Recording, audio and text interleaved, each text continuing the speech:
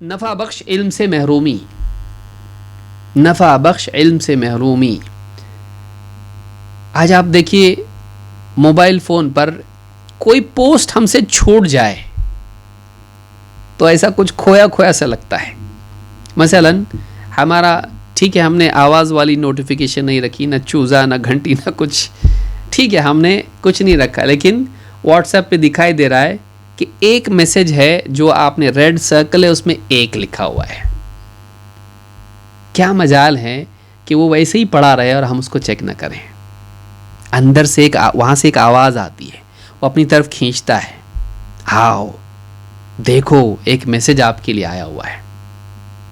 آدمی اس کو برابر چیک کرتا ہے. کتنی دیر ہوئی، وہ 5 منٹ بھی برداشت نہیں کر سکتا ہے کہ ایک میسج آئے اور چیک نہ کرے. 1400 سال پہلے اللہ رب العالمین نے محمد عربی صلی اللہ علیہ وسلم کو یہ قرآن بھیجا ہے. 1400 سال پہلے، اور یہ پیغام موجود ہے تیرے گھر میں، اور یہ اللہ کا میسج ہے.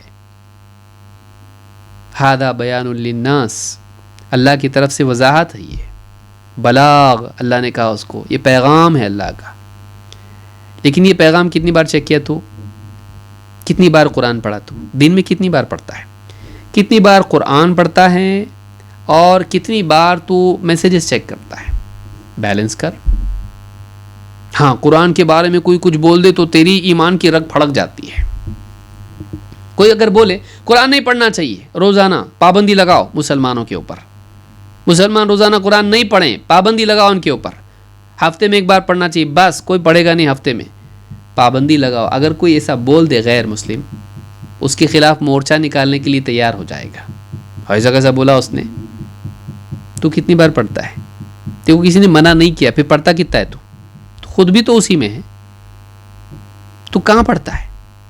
تو قرآن چھوڑ کے وہ علوم حاصل کر رہا ہے، وہ چیز پڑھ رہا ہے جو تیرے کچھ فائدے کی نہیں، لیکن جو واقعی تیرے لیے ہدایت والا علم ہے اس سے تو کتنا دور ہے. کتنی بار پڑھا تو قرآن؟ سورۃ الفاتحہ کے معنی معلوم نہیں، سورۃ الاخلاص نہیں، انا اعطیناک الکوثر نہیں. کیا یاد ہے تجھ کو؟ کیا معلوم ہے تجھ کو؟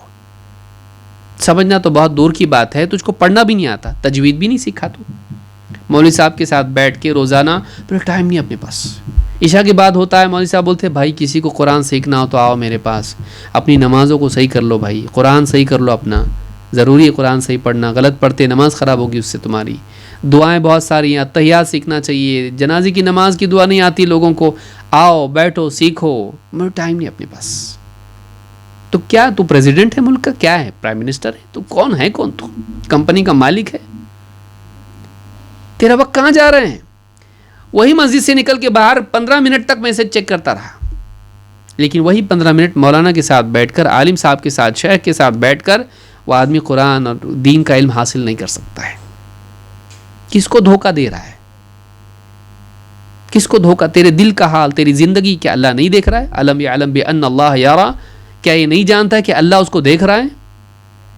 کہاں جا رہے ہیں ہمارے اوقات؟ کہاں جا رہے ہیں ہمارے اوقات؟ اہل علم کے پاس بیٹھے، ان کی مجالس میں بیٹھے، عقیدے کے بارے میں، عبادات کے بارے میں، فقہ کا علم، وضو ہے، ہاں استنجا ہے، نماز ہے، تیمم ہے، اس طرح کی جتنی چیزیں ہیں. روزوں، رمضان آ رہا ہے تو روزوں کے بارے میں معلوم کر لے، زکوٰۃ سال بھر کے اعتبار سے زکوٰۃ کا علم حاصل کر لے، صاحب نصاب اگر ہے تو. حج کو جا رہا ہے یا عمرے کو جانے والا، اس سے پہلے دین کا علم حاصل کر لے. کٹا پھٹا کاپی پیسٹ علم حاصل کر لیتا ہے اور اعمال کر لیتا ہے، بعد میں معلوم پڑتا ہے کہ غلطی تھی اس کے اندر. اتنی جلدی کیا ہے تجھ کو؟ شارٹ کٹ علم کے ہم لوگ ماہر ہو گئے، کیونکہ ہمارا اب زیادہ وقت دینے کا مزاج نہیں رہا. مسئلہ کیا ہے؟ لوگ کیا کہتے ہیں، ایک کام کیجئے، ابھی اتنا بڑا بیان ہم کو سننے نہیں ہوتا، ایک کام کرو ہم کو 5 منٹ کی کلپ دو، 5 منٹ کی کلپ. زیادہ کون سنے گا بھائی؟ چھوٹے چھوٹے اچھے لگتے ہیں. ہماری یہ اوقات ہو گئی ہے کہ ہم دین کی باتیں بھی چھوٹی کلپ. آپس میں جب بیٹھتے، پان کھا کے، لنگی پہن کے، بنین پہن کے، جب چوک میں بیٹھتے ایسا بولتے چھوٹی کلپ بس.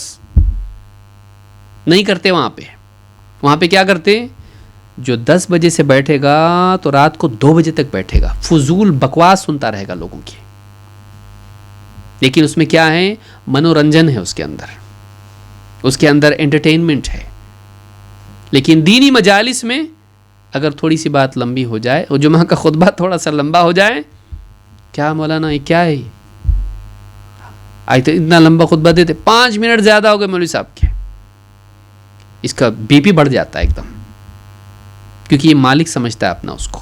ایسا نہیں ہونا چاہیے، ہمارا ٹائم برباد مت کرو. اور ایک عالم صاحب کے پاس جب خود آئے گا، مولانا صاحب کیا کروں، میرا بیٹا ہے نا موبائل فون کی وجہ سے برباد ہو رہا ہے، یوں ہو رہا، تو ہو رہا، پوری داستان سنائے گا. عالم کہتا ہے ایک کام کو پوری تفصیل سے بتاؤ کیا مسئلہ ہے تمہارا. وہ عالم اگر آپ سے کہے کلپ بھیجو بس، زیادہ لمبا نہیں، تمہارے لیے وقت نہیں میرے پاس، تمہارا کیا مسئلہ ہے، تم ہو کون؟ ہمارے کو قرآن و سنت پڑھنے کے لیے وقت نہیں ہے، تمہاری فضول باتیں کون سنے گا؟ کلپ ایک 5 منٹ کی کلپ میں بولو جو بھی بولنا ہے تم کو. کتنا خراب لگتا. ایسا بولے مولانا صاحب، ہمارے مسائل آپ نہیں سنیں گے تو کون سنے گا؟ پھر دین کی بات وہ بیان کر رہا، تو نہیں سنے گا تو کون؟ تو محتاج ہے اس کا. آج ہمارا وقت دینی مجالس سے کٹتا جا رہا ہے. ہم یہ سوچتے ہیں کہ یہ ریکارڈ تو ہو رہا نا، ہاں ٹھیک ہے، بعد میں یوٹیوب پہ اپلوڈ ہوگا نا دیکھ لوں گا. نہیں دیکھتا. مجلس میں اس لیے نہیں آتا دینی مجالس میں کہ یوٹیوب پہ دیکھ لے گا، لیکن یوٹیوب پہ اپلوڈ ہو کے سال ہو گئے ہیں، کبھی اس کو توفیق نہیں ہوئی کہ جا کے اس کو سنیں. شیطان کیسا دھوکہ دیتا ہے. یعدہم ویمنیہم وما یعدہم الشیطان الا غرورا. وہ وعدے کرتا ہے، امیدیں دلاتا ہے، تمنائیں پیدا کرتا ہے. شیطان کا وعدہ سوائے دھوکے کے اور کچھ نہیں ہے. ارے ہے نا ٹائم تیرے پاس، بعد میں دیکھنا، تو ابھی مت بیٹھ، بعد میں آرام سے بستر پہ دیکھ کے، لیکن موبائل دیکھنے کا یہاں بیٹھنا پڑتا. مولوی صاحب پیٹ کو ٹیک لگانے بھی نہیں دیتے، پیٹ کو ٹیک لگانے نہیں دیتے، ادب سے بیٹھو، یہ کرو. بستر پہ لیٹ کے آرام سے سن سکتے نا، گھر پہ جا کے آرام سے اپنے ٹائم میں دیکھیں گے. ابھی لائیو دیکھنے کا کیا مطلب ہے؟ اپلوڈ تو ہوگا ہی نہیں. ویسے ہی اپلوڈ ہونے میں اس کا دماغ ڈاؤن لوڈ ہو گیا ہے. کتنے لوگ ہیں جو اپنے آپ کو دھوکہ دے. 2 سال گزر گئے، آپ بتائیے کتنے لوگ ہیں. دینی مجالس نہیں، کچھ نہیں، کیا نہیں. اس سے پہلے ہوتا تھا لیکن آتا نہیں تھا، لیکن 2 سال میں کیا کہنے لگا، کاش کے درود شروع ہو جائے. پھر کچھ شروع ہوگا تو آتا نہیں ہے. ہم شروع کرنے کے بہت شوقین ہوتے ہیں لیکن آنے کی شوقین نہیں ہوتے ہیں. یہ ہمارا پرابلم ہے. تو سوشل میڈیا کی وجہ سے ہم نفع بخش علم سے محروم ہو رہے ہیں. عبداللہ ابن مسعود رضی اللہ عنہ کہتے ہیں، من اراد العلم فلیثور القرآن. جو آدمی علم کا ارادہ کرتا ہے، جس کو علم چاہیے، فلیثور القرآن، وہ قرآن کا گہرائی سے مطالعہ کرے. کیوں؟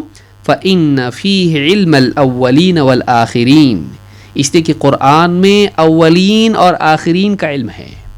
تم سے پہلے جتنے گزرے، تمہارے بعد جتنے گزرنے والے ہیں، آنے والے ہیں، ساروں کا علم ملایا جائے وہ قرآن میں تم کو ملے گا، صراحت سے، اشاروں میں. سارا علم اس میں ہے. قرآن کا علم ہونا چاہیے. سب سے عظیم الشان علم قرآن کا ہے، اور ہم قرآن نہیں پڑھ رہے. اس کی تفسیر نہیں، اس کی گہرائی نہیں. ہم دور ہوتے جا رہے قرآن سے. لیکن ہم دنیا بھر کی چیزیں، خرافات، میسیجز پورے پڑھتا، لیکن قرآن ذرا سا پڑھے تو سر دکھتا، آنکھ ایسا چکر آتا، پھر بہانے بناتا ہے. میسیجز پڑھنے کو نہیں ہوتا کبھی ایسا. تو قرآن کا علم حاصل کرے. امام الطبرانی نے اس کو الکبیر میں روایت کیا ہے. حسن ابن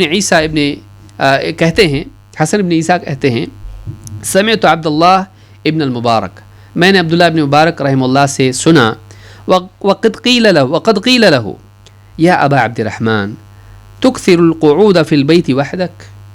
کہتے ہیں کہ میں نے پوچھا، ان سے کہا گیا کہ اے ابو عبد الرحمن، عبداللہ ابن مبارک بہت بڑے محدث گزرے ہیں، تو کہا کہ اے ابو عبد الرحمن، آپ اپنے گھر میں ہی بیٹھے رہتے، بہت بیٹھتے گھر میں آپ.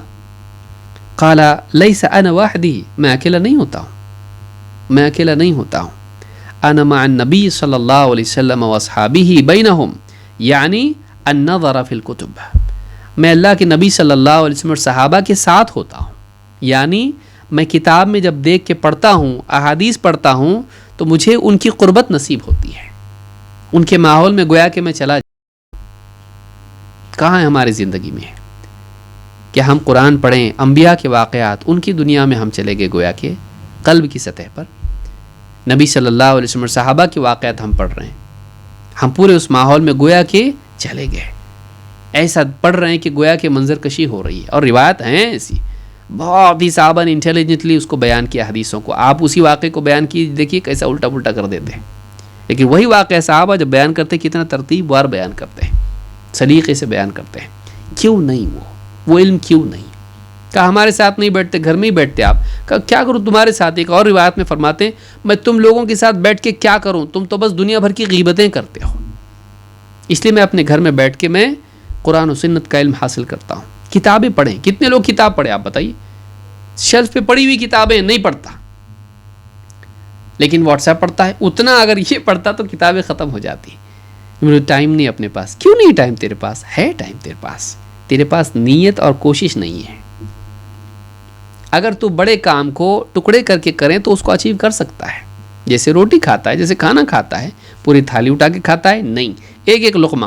ٹھیک ہے, کتاب کتنی صفحات کی ہے؟ 300 صفحات کی ہے.